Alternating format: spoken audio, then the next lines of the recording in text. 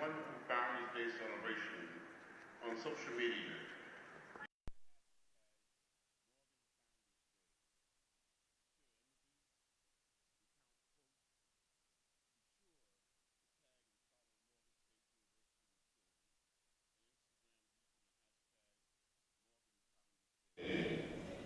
Please begin preparing your hearts and your minds to receive all that would transpire before you are here today, commemorating your founding of this great institution. In this sacred and solemn occasion, I would ask that you please govern yourselves accordingly. Please stand and receive the academic professional.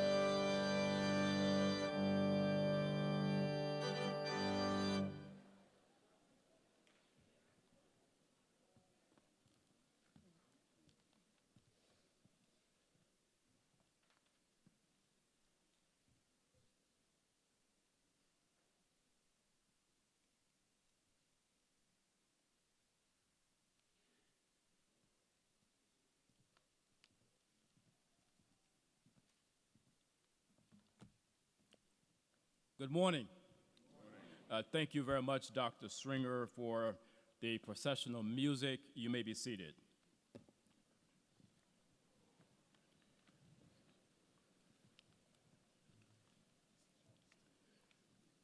Good morning again, ladies and gentlemen, to Chairman Mfume and members of the Morgan State University Board of Regents, to our dedicated alumni, our faculty, staff, students, and all members of our Northeast Baltimore community assembled with us this morning. I welcome you to this Founders Day Convocation, marking the 152nd year in the history of Morgan State University. Happy birthday, Morgan State University.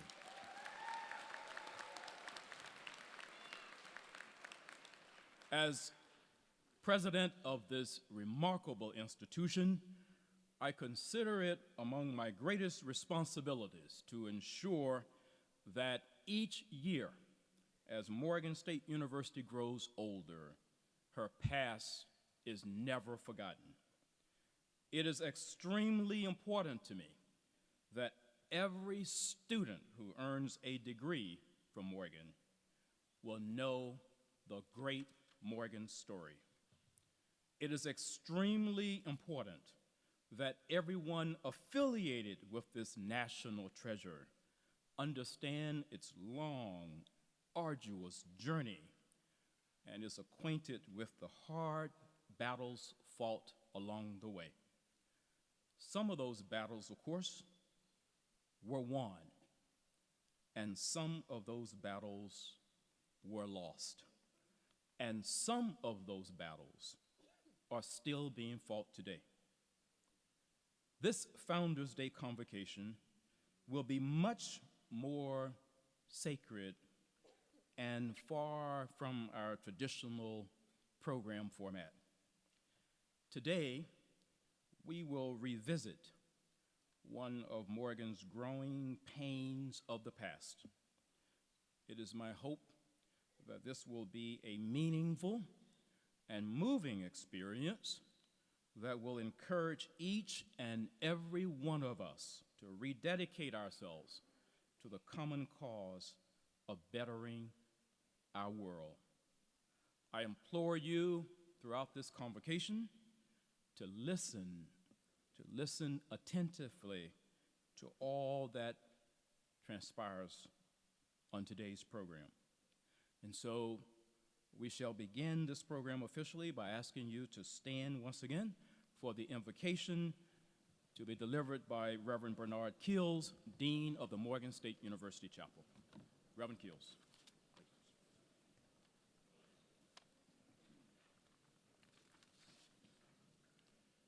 Shall we pray?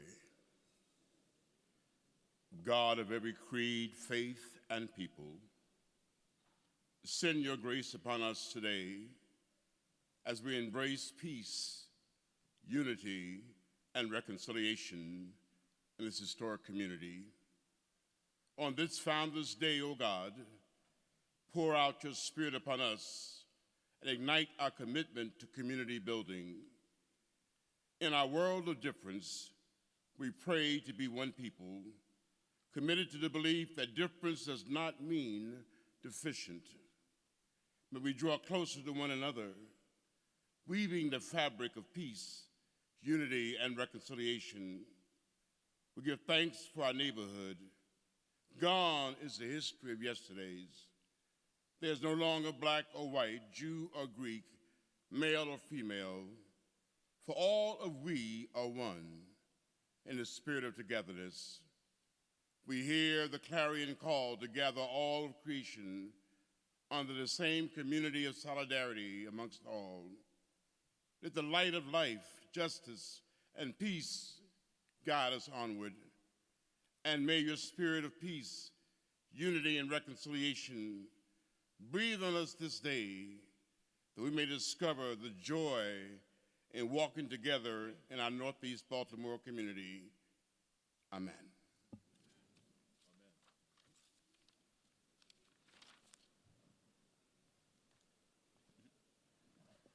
Okay, you may be seated.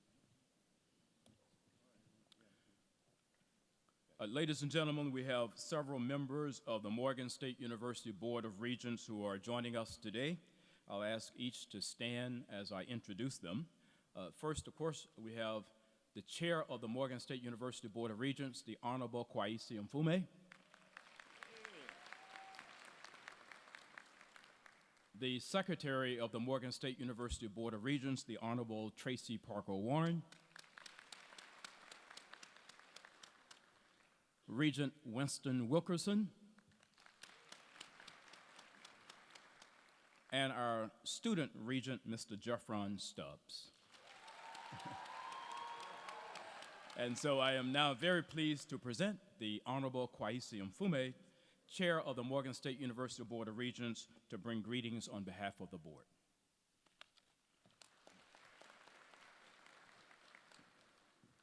Thank you, Dr. Wilson, and good morning, everyone. Stefan, we're all wondering how you always get more applause than anyone else when you're introduced. She'll always introduce you as the student regent. That helps, right? He's great, he's effective, and students, he represents you extremely well. Thank you, Dr. Wilson, for your leadership, for your friendship, and for your stewardship of this historic university. Fellow regents, students, alumni, distinguished faculty, ladies and gentlemen, good morning again. It is my pleasure to bring you greetings on behalf of the Board of Regents here at Morgan State, as together we commemorate the founding of our institution on November 27, 1867, occurring as it did just 4 years after President Abraham Lincoln signed the Emancipation Proclamation into law, and abolishing what the late historian John Hope Franklin called the peculiar and cruel institution of slavery. That barely noticed yet very significant founding was also to become the threshold for the launching of a new era in all areas of life for a race of people here in America who had suffered, endured, and survived 2 centuries of slavery, oppression, deprivation, degradation, denial, and disprivilege. With that in mind, then, we hold claim to be the rightful heirs of our ancestors' legacy. For they bequeathed to us this college over 150 years ago, first as the Centenary Biblical Institute of the Methodist Church, and then on to become what ultimately now is Morgan State University.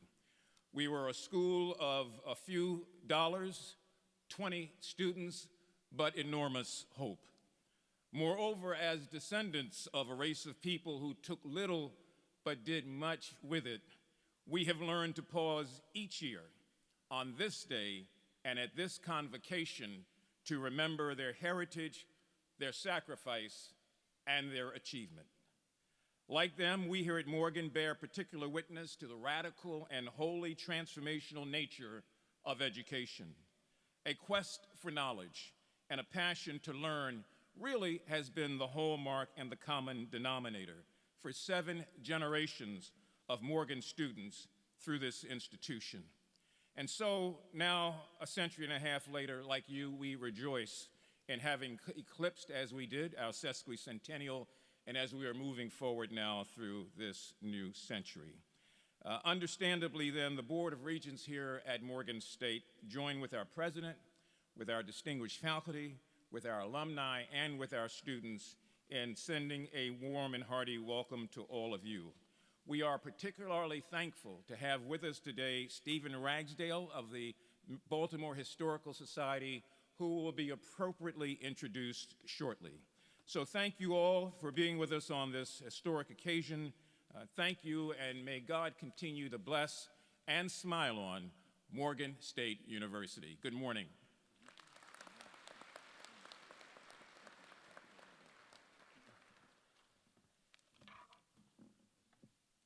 Thank you very much, Chairman Mfume. Today, I am excited to bring before you our keynote speaker, who will share a rarely told and largely unknown piece of Morgan's history. It is unfortunate that there are so many stories about this great institution that are unknown. If known, I am convinced that many of these stories would encourage and inspire you to achieve even greater heights in your individual journeys.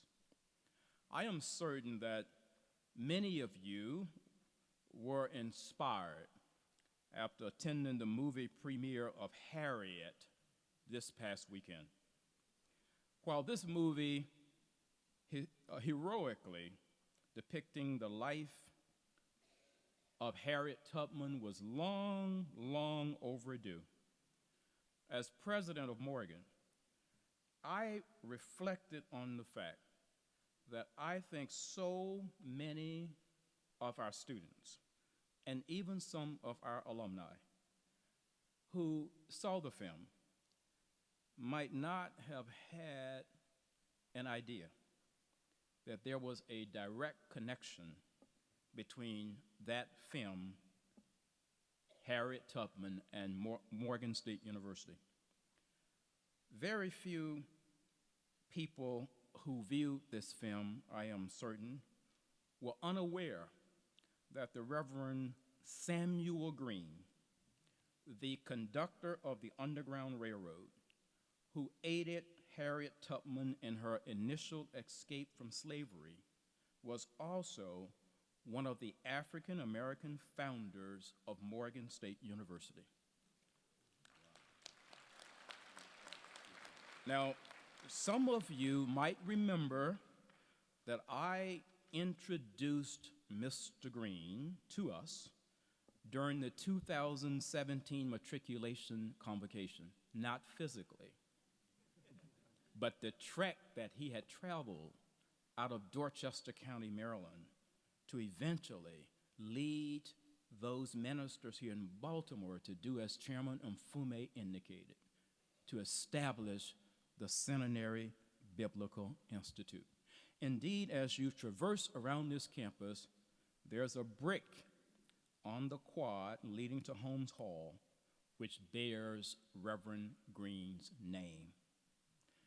Our keynote speaker this morning will present another unknown Morgan story. I implore you to listen attentively. Today, I present to you Mr. Stephen K. Ragsdale. Mr. Ragsdale serves with distinction on the board of directors of the Baltimore City Historical Society. Now, Mr. Ragsdale is quite accomplished. His bio is printed in the program booklet, and I would encourage you to read it in its entirety. However, right now, ladies and gentlemen, I would like for you to focus and pay attention to his address and to receive yet another forgotten chapter of Morgan's history. Mr. Ragsdale lays out the events that occurred just over 100 years ago. And I want every student here in particular to remember what you have heard. Let it be inscribed in your Morgan memory. Let it return to your mind every time you might even consider skipping a class or reporting late to class or not giving your very best effort at every possible opportunity. May this story that you are about to hear, may it come to mind every time you consider an act that might disrespect the sacrifices of your Morgan ancestors, because they endured so much, because they knew that one day your life's path would lead you to this special place called a national treasure. Ladies and gentlemen, please join me in welcoming Mr. Stephen K. Ragsdale.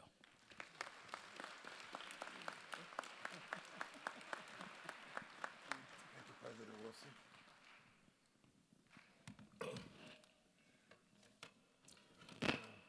Good morning, President Wilson, and other distinguished guests on the dais. Welcome all family, friends, and students of Morgan State University. When I first started researching this story, which is now turned into a book, I had no idea. Morgan was mixed up in a lawsuit, but I had no idea that the lawsuits had gone back almost 100 years. Make sure that I can. We have some slides. Am I on?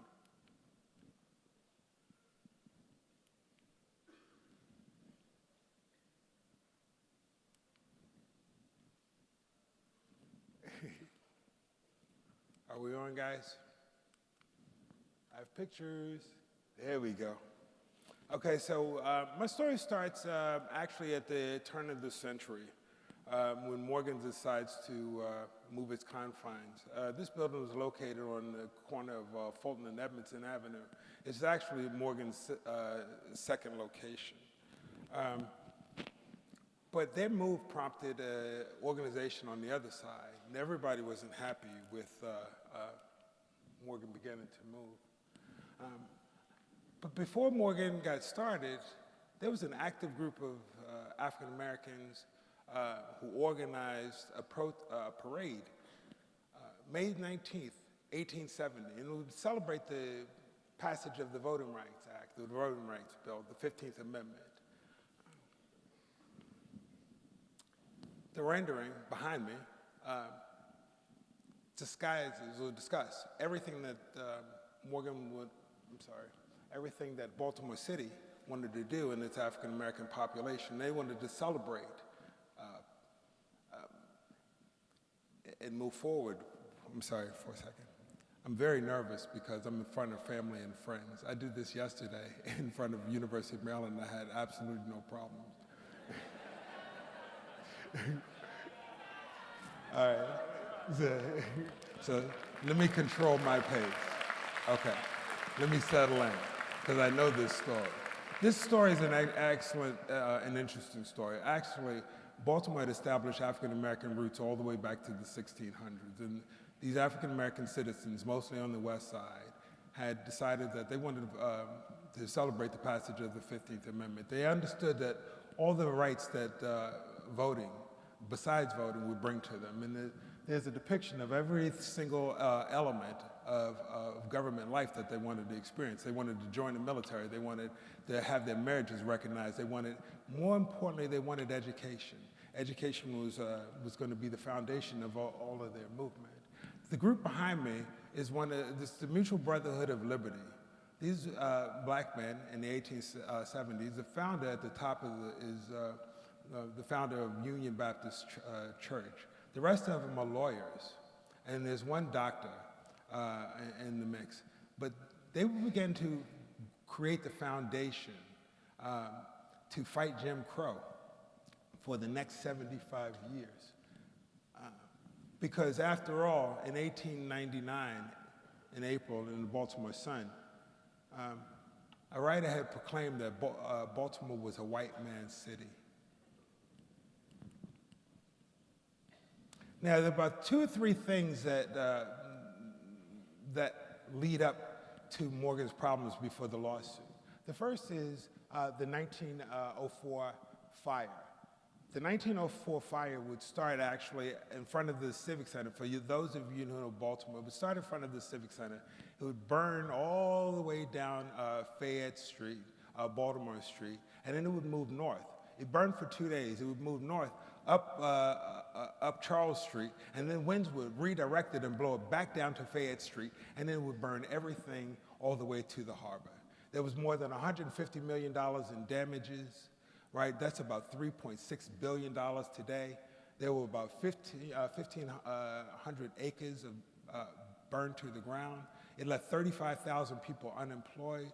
But more importantly, let's take a look at some pictures. More importantly, what it did was it made African Americans uninvited in the real estate game.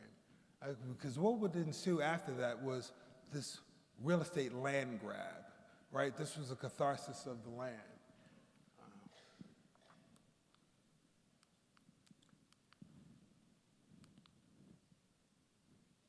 Come on, there we go. A second element in 1907 is a public health report written by social workers. This is an interesting. Not so fast. This went into African American communities. It was to take a look at slums and the descriptions of African American communities, in particular down on Hughes Street and in the Druid Hill Alley, made African American citizens look immature, amoral. They looked at their sexual proclivities. And literally, what this did was it kind of stoked up a fear factor of African Americans, in particular around public health. They were disease-ridden, and living close to them was deleterious to your personal health. This is a picture of a tuberculosis room that a kid lives in West Baltimore. Here's a picture of a public health report in Baltimore City where the epidemiologists were more or less in control. They were not treating, they were tracking how fast the disease traveled in the black community without treatment. They have an understanding of the epidemiology. A third factor is, if you guys know not the book, Not My Neighborhood, a third factor is the passage of the first city ordinance in the country to regulate where people lived. Right? Now, this would have a steep effect on Morgan because it wasn't only the residential communities, it was also black businesses and black schools, right? And so this was passed in 1910. It would be overturned at the Supreme Court level in 1918 by Buchanan v. Worley. But not with, there was support for the bill, and the bill would be rewritten, the ordinance would be rewritten 4 times to withstand court scrutiny. And it was written by William L. Marbury, founder of Piper and Marbury, a very prominent family. I'm going to show you a picture of his,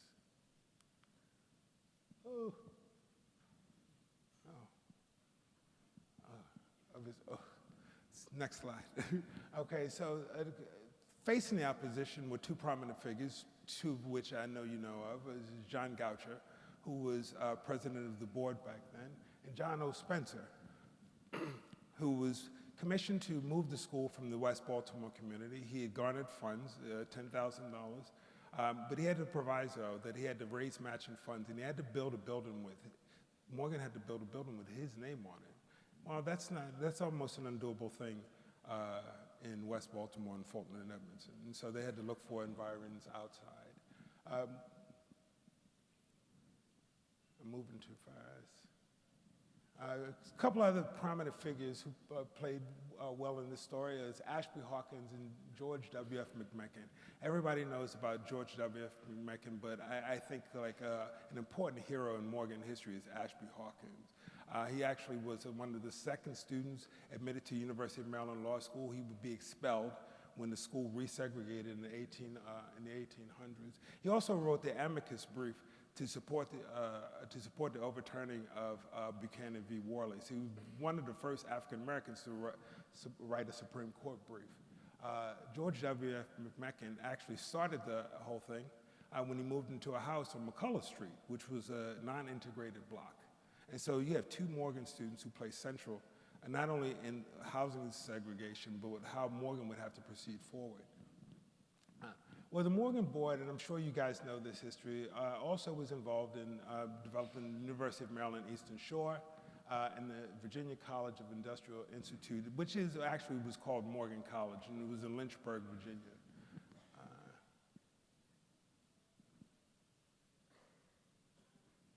Well, one of the things that happens is Morgan is forced into this paradigm of looking for a lot of different spaces behind this law, right? And so President Spencer would look at like literally 50 different sites before he would look for a space. Actually, Morgan wasn't supposed to be here first. Morgan was actually planned for corner in Park Heights community. on Slade Avenue in Park Heights, right across the street from the new suburban golf club that was built 3 years earlier.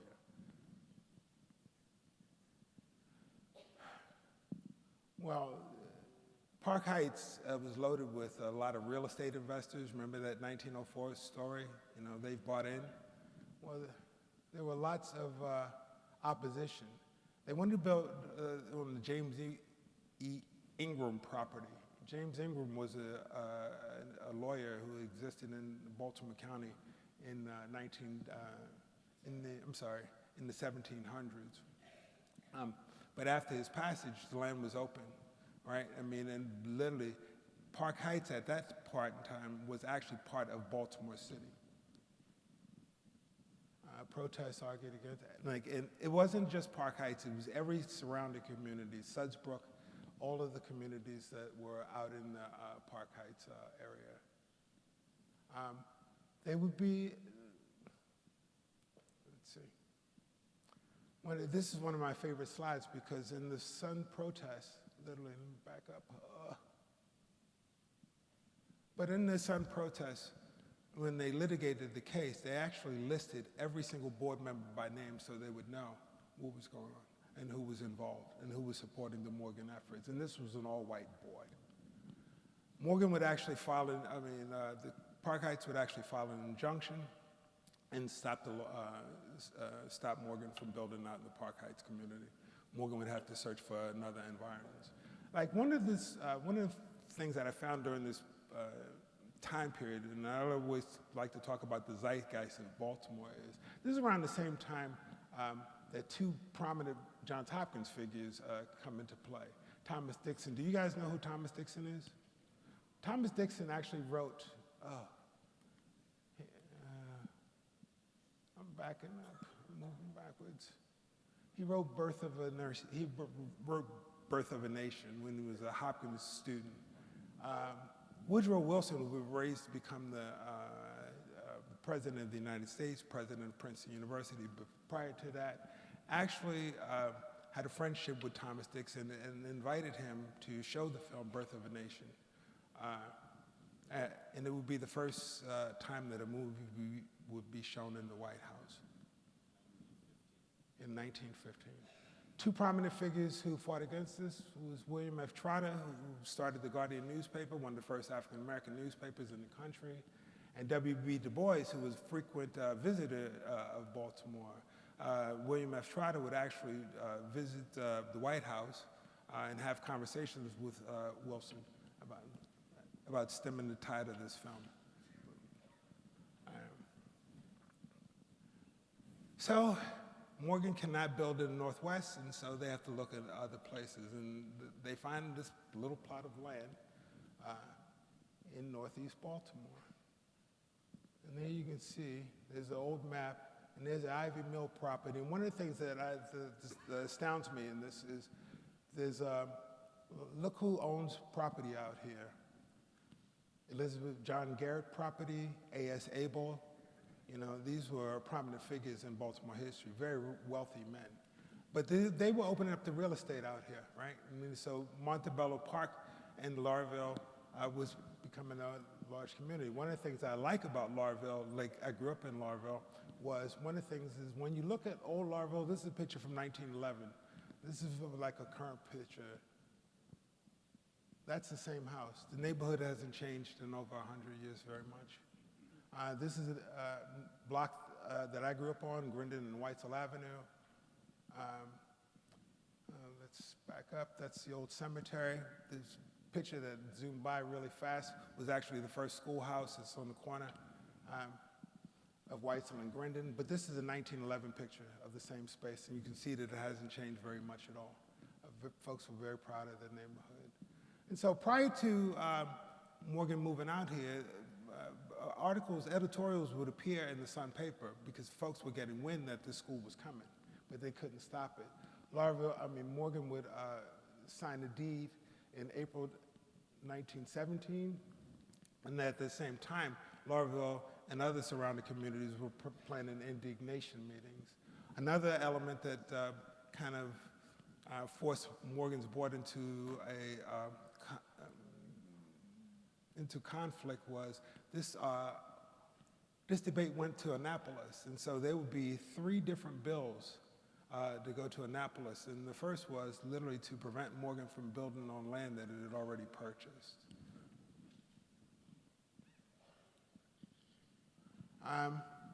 August Seaford is actually a popular photographer back then. One of the things that Larville said was they wanted to maintain the sanctity of an all-white community, right? And so August Seaford, in my discovery, showed that in Larville there were black people, you know, who actually lived on the property, on this side of the property, on Morgan's property.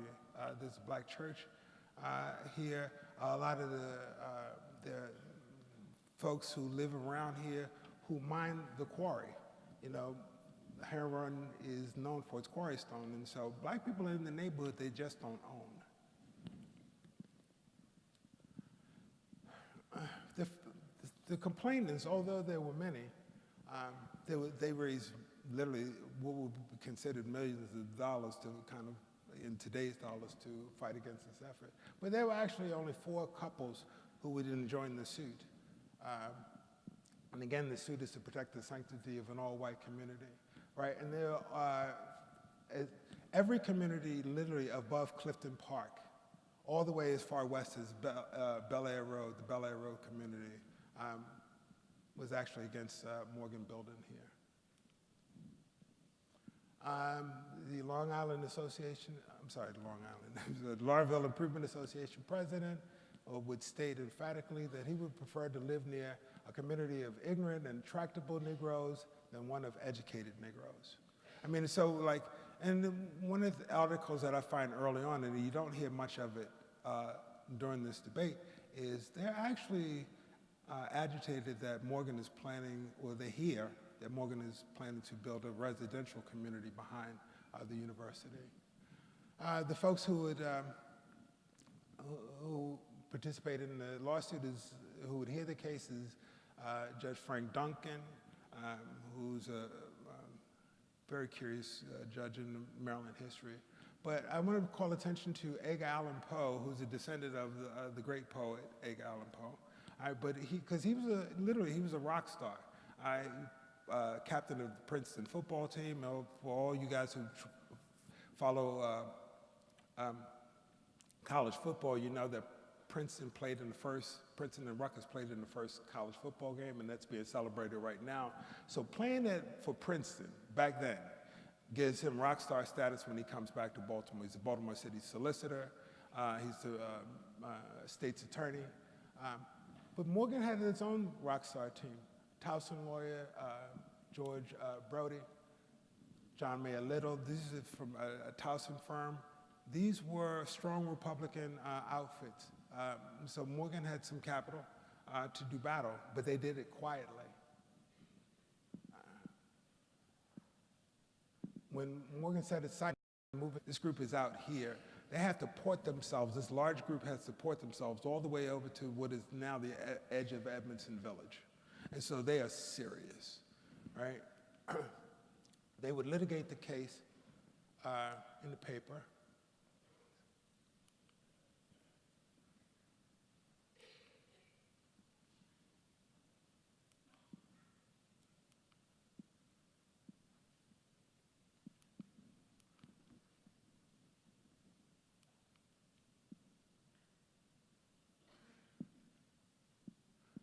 See, sue to block Negro colony.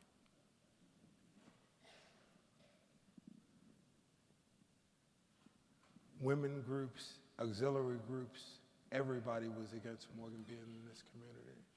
However, the Morgan board stayed extraordinarily quiet over this. This thing would take place from 1913 to about 1917, 1918.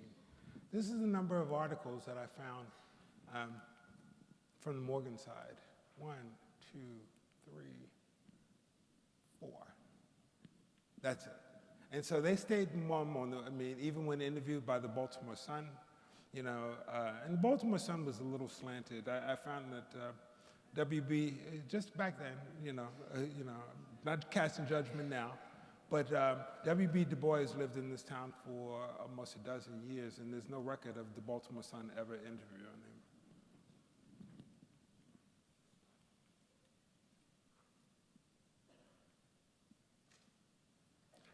There are letters of opposition that come in from every neighborhood association, businesses, and some of these businesses still exist in Baltimore today. And then there are letters from Laurelville.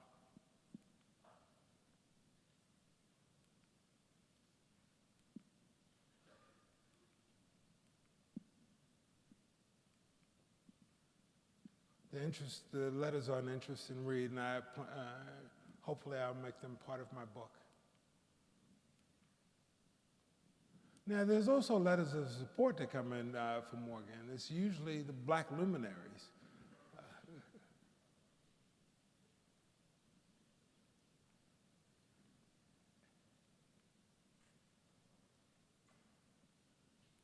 Come on now.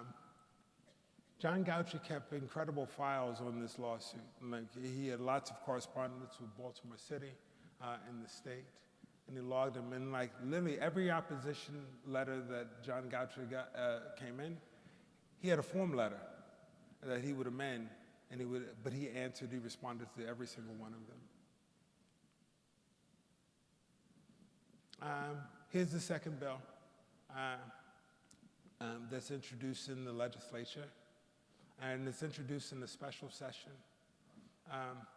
And it's to remedy ill feelings between the races. So like, again, the third bill would state emphatically that it would move to prevent black people from buying property in Baltimore County. And that's the title of the bill, a measure to protect ill feelings between the races. Now, that's the old Morgan College. It was in Virginia, in Lynchburg, Virginia. And one of the things that happens is that college actually burns down in 1917, mysteriously.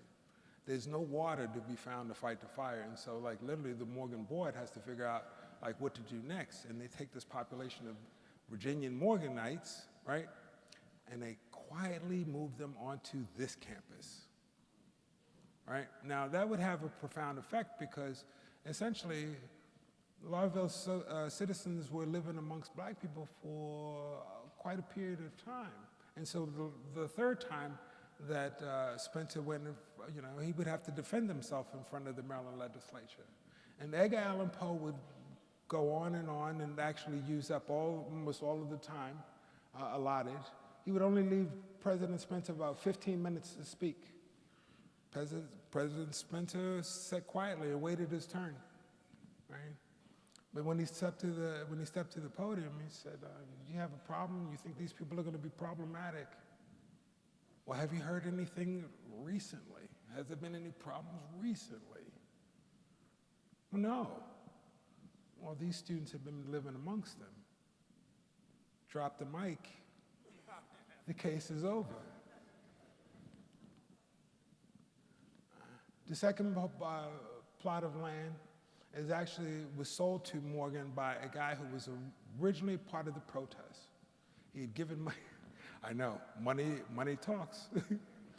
But it would be June 18, 1918, and that's all of the land below what is now Cold Spring Lane. And so the first property is above Cold Spring Lane, and this is what it looked like. I found some beautiful pictures.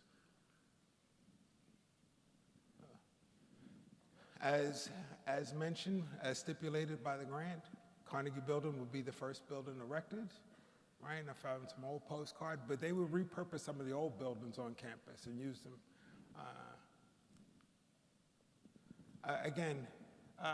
The fear from the community was that Morgan would go beyond his charter.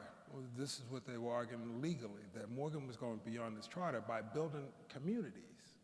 Well, the courts found that Morgan and the Commission of Education could do far more things than just teach reading and writing, right? They could build buildings, they could erect. And so built 145 houses because in a strictly segregated city, if placing a school out here, this was miles away from the closest black residential community. And so they would construct 145 houses back here. W.B. Du Bois would live in this community for, like I said, for about a dozen years. He would have his daughter, Yolanda, in this city, right, who taught at my alma mater, Dunbar Senior High School, right? And so many prominent figures would fall through Baltimore. I love my pictures of Martin Luther King traveling through the Morgan Park community. And so it would be one of the first middle-class black communities established in the entire country. Another, and then I found this story most recently, is Harry O'Neill Wilson. Anybody ever heard of Harry O'Neill Wilson? He's actually one of the Baltimore's, he is Baltimore's, they called him a genius. He was a financial genius in the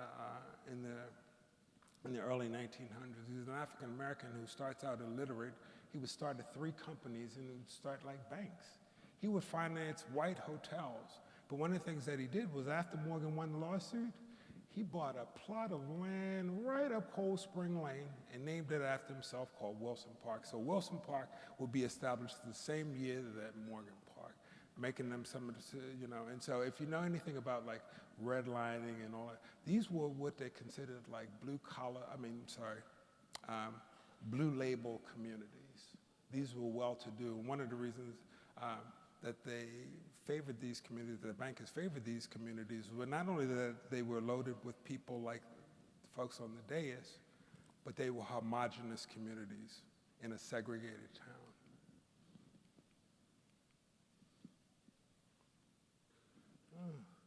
And with that, thank you.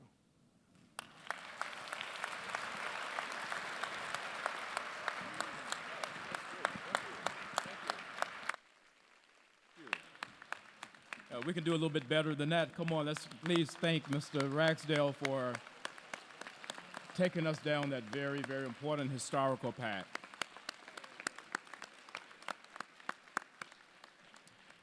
Once again, thank you, Mr. Ragsdale, for that poignant look into our past.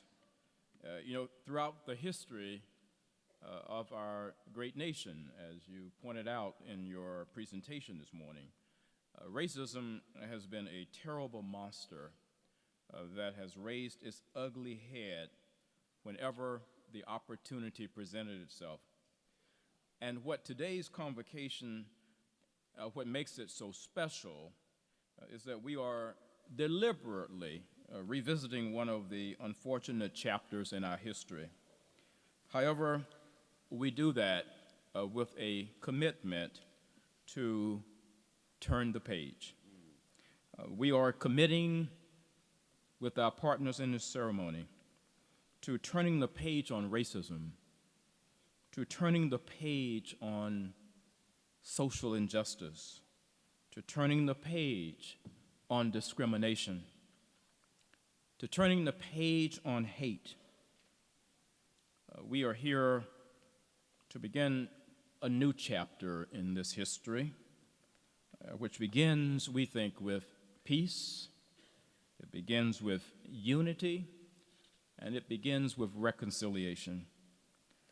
And so I am now going to invite to the stage Mrs. Sandy Crider. She is the immediate past president of the Laurelville Improvement Association, and it was under Mrs. Crider's leadership that the idea for today's program was conceived. And so please join me in welcoming Ms. Sandy Crider as she comes to the stage.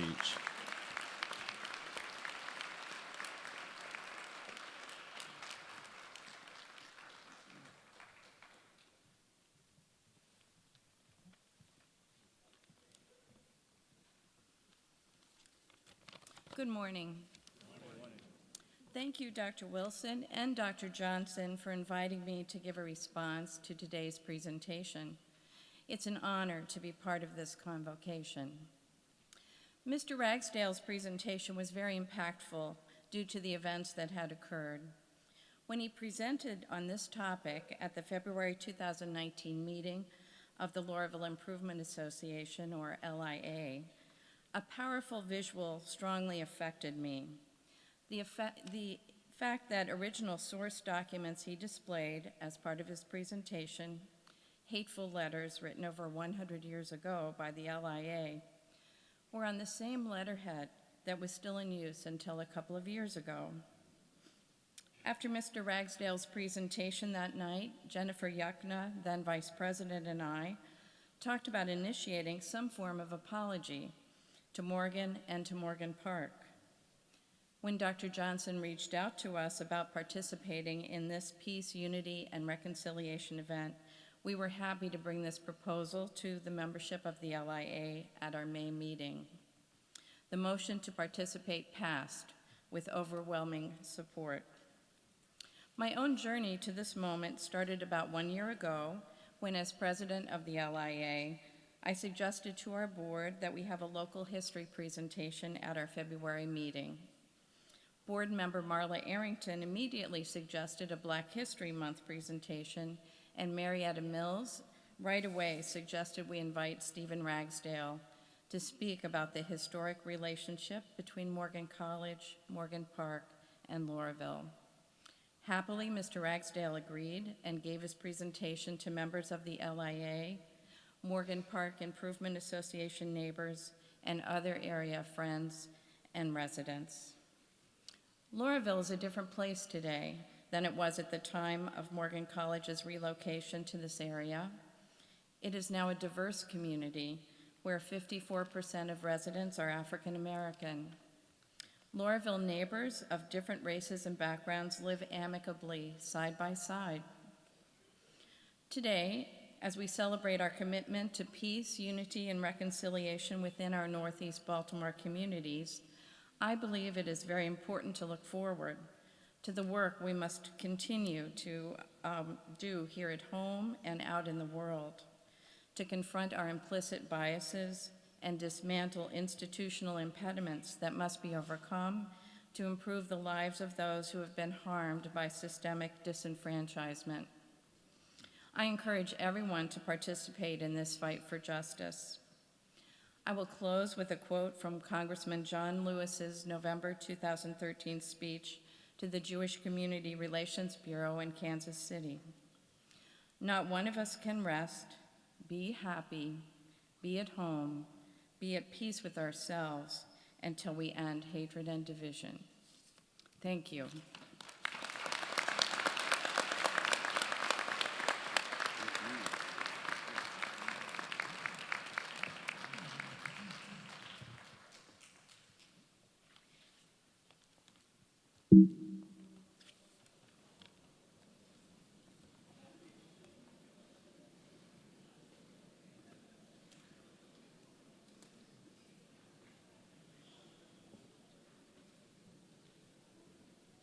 Is a disgusting, rat and rodent-infested mess.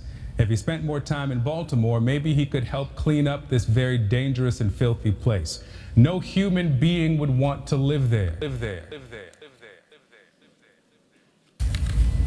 That no human would want to live there. You know who did? I did. From the day I was brought home from the hospital to the day I left for college. And a lot of people I care about still do. There are challenges, no doubt, but people are proud of their community. I don't want to sound self-righteous, but people get up and go to work there. They care for their families there. They love their children who pledge allegiance to the flag. They are Americans too. Those people are living in hell in Baltimore.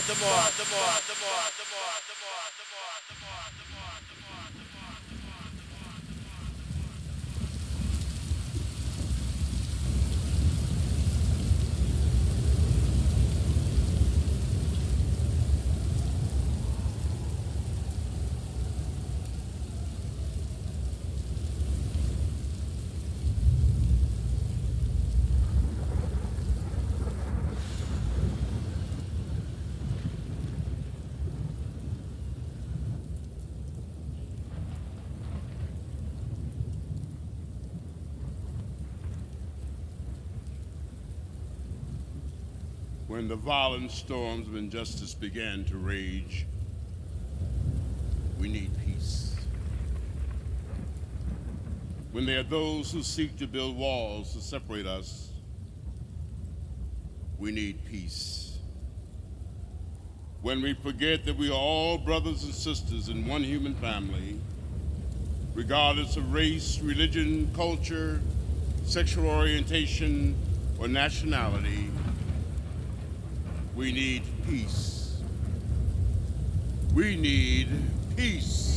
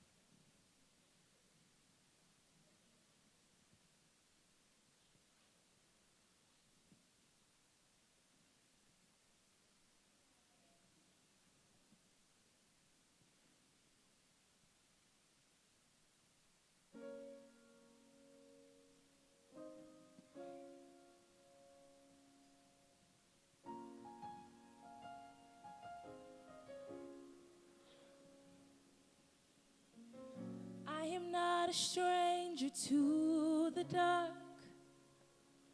Hide away, they say, 'cause we don't want your broken parts.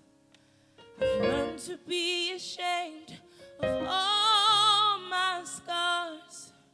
Run away, they say, no one will love you as you are. But I won't let them break me down to dust. I know that there's a place for us, for we are glorious.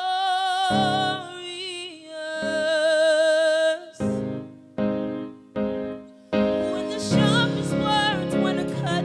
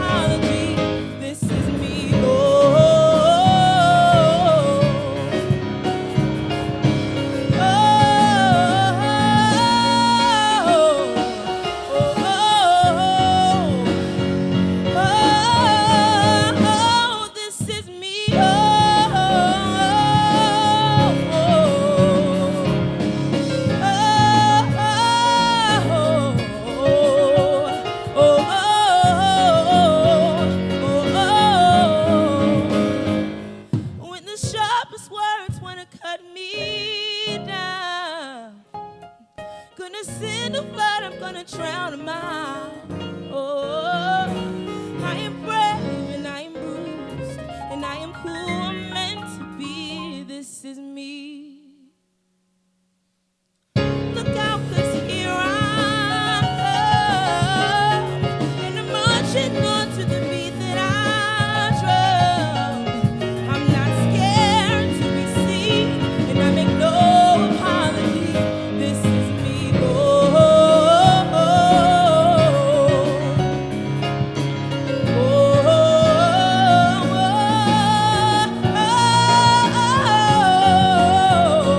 oh, this is me.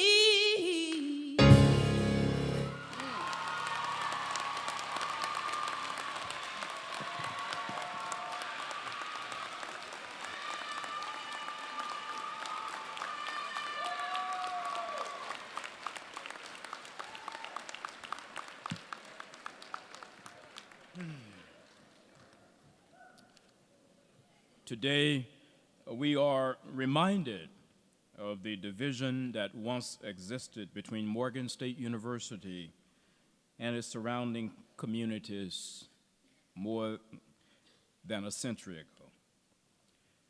That division was largely rooted in racism and social injustice, as you've heard me say earlier.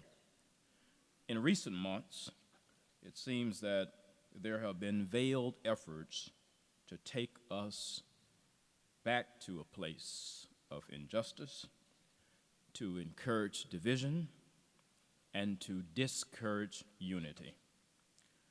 But today, in this historic moment, in this sacred space, we remember the past only to forever put its negative acts behind us. Today, we come together in peace. We come together in unity. We come together in reconciliation.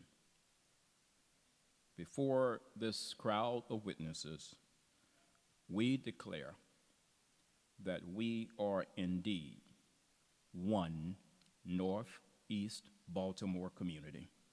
Let me say that again. We declare that we are one Northeast Baltimore community. We are united in purpose, we are united in progress, and we are united in promise. We have with us today a host of leaders from all over Northeast Baltimore City who are representing their respective communities and standing with us in the name of peace and reconciliation. We also have with us scores of our student leaders to participate in this moment with us, and I'm going to have them to stand and be recognized.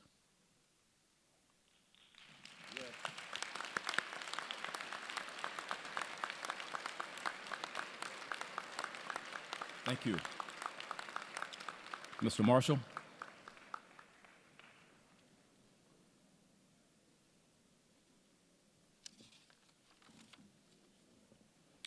Please direct the community leaders and neighborhood representatives to join us in the name of peace, unity, and reconciliation.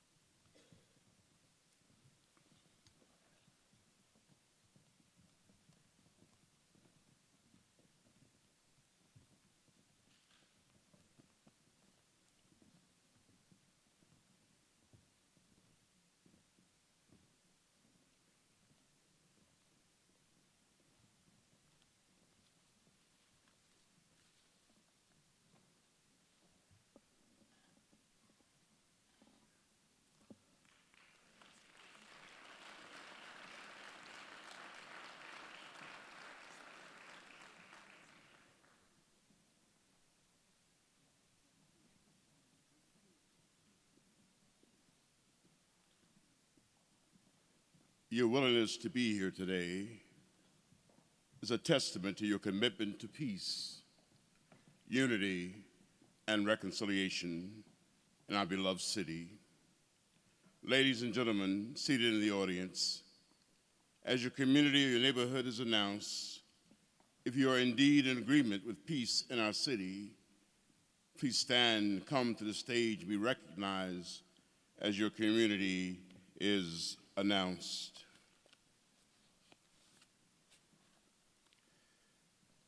Representing the Baltimore City Assistant State's Attorney, Ms. Janie Thames, class of 12, Ms. Morgan State University, 2011-2012.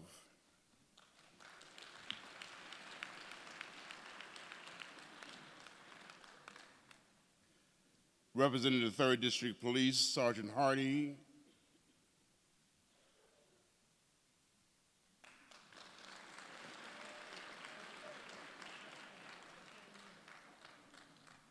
The 3rd District Councilman, Ryan Dorsey.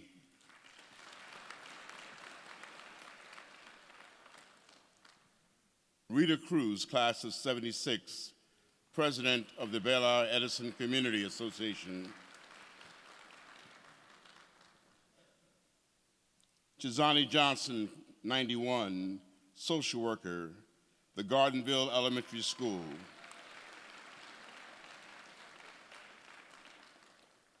Ann Yastrzemski, the president of the Gidim-Belhar Community Association.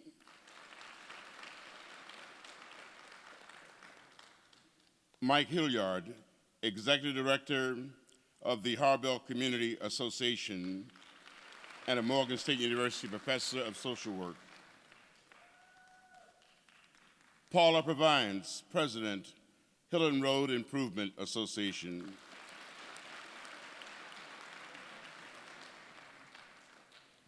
Mercedes Unfried, president of the Laurelville Improvement Association.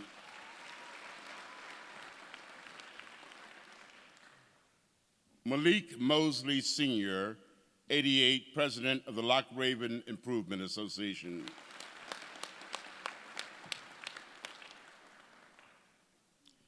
Rebecca Hackett, the Perring Loch Community Association.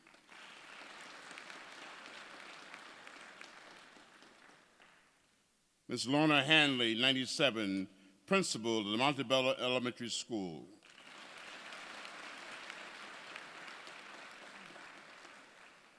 John Harris, vice president, Moravia Walter Improvement Association.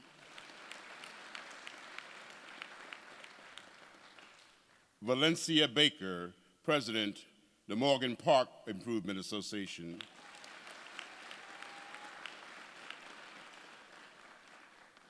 Mr. Keon Grayson, president of the Morgan State University Student Government Association.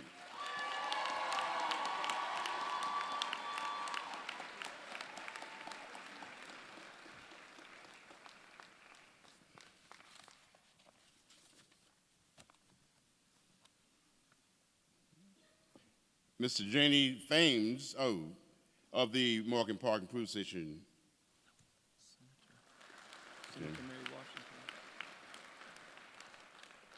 Senator Mary Washington, District 43 of Maryland.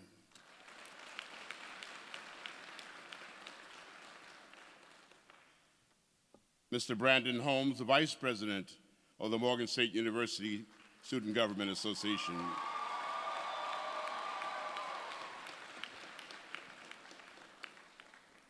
Michael LaChance, Vice President, North Harpert Road Community Association.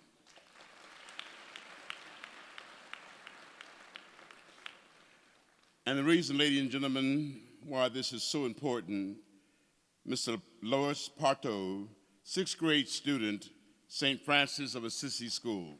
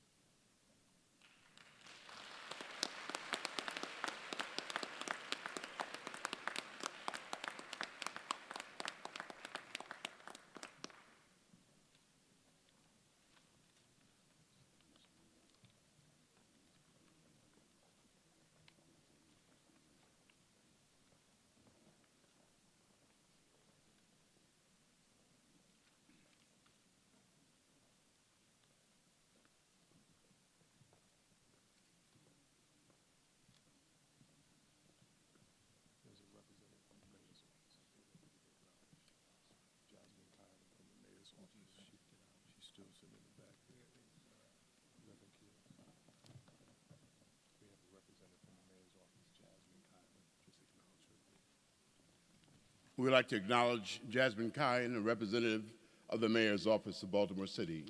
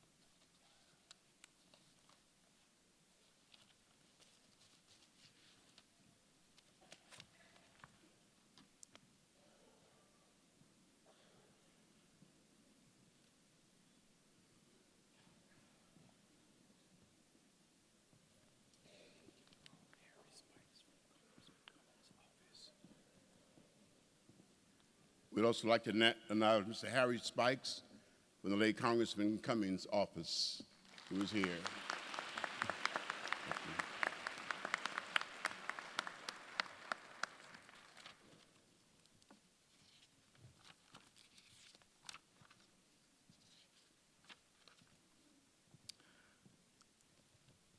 I would ask that each of you now light your candle as an indication of your commitment to peace, your commitment to unity, and your commitment to reconciliation.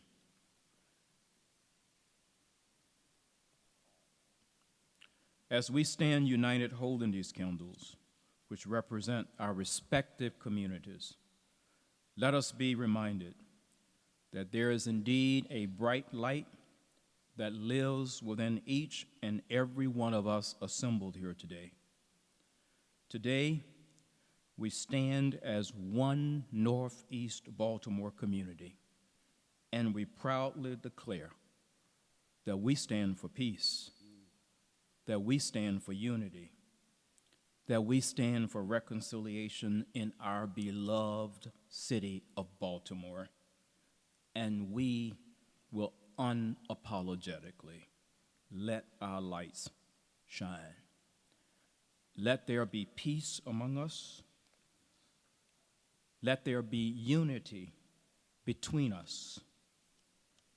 Let the pain of our past be reconciled, and let it forever remind us that division has no place, ladies and gentlemen, in our future.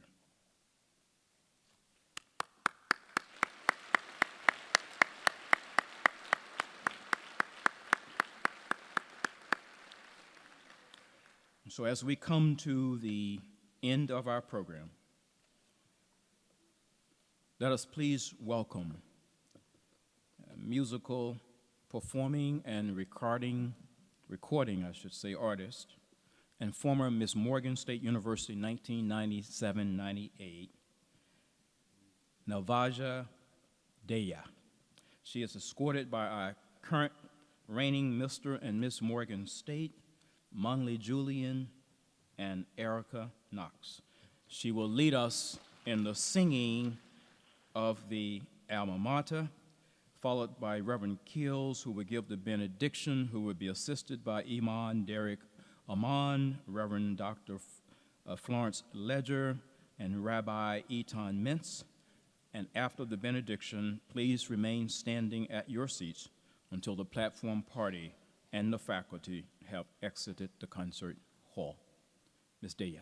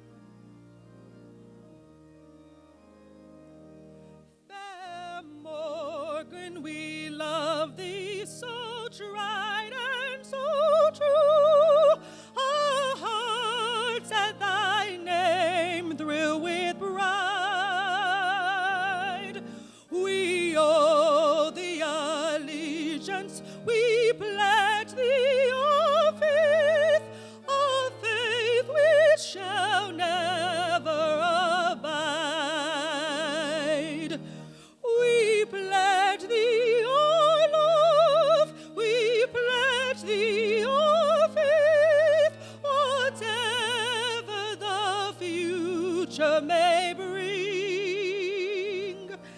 And thus our devotion, fidelity to, and homage we pay as we sing.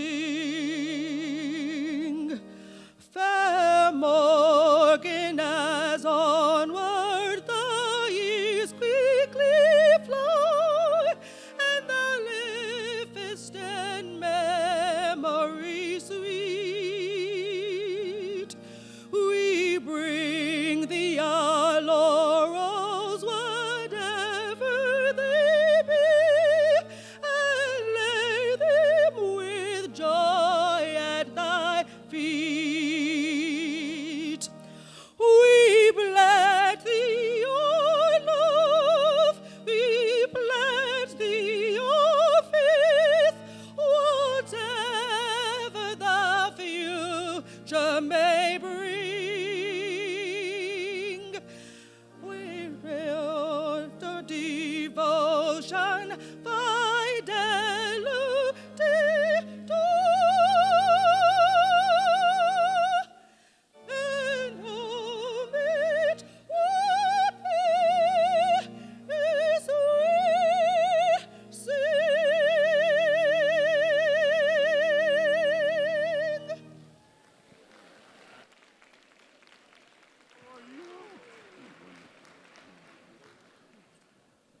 We'll just pass the microphone in order. Okay. Let us pray. There are many ways.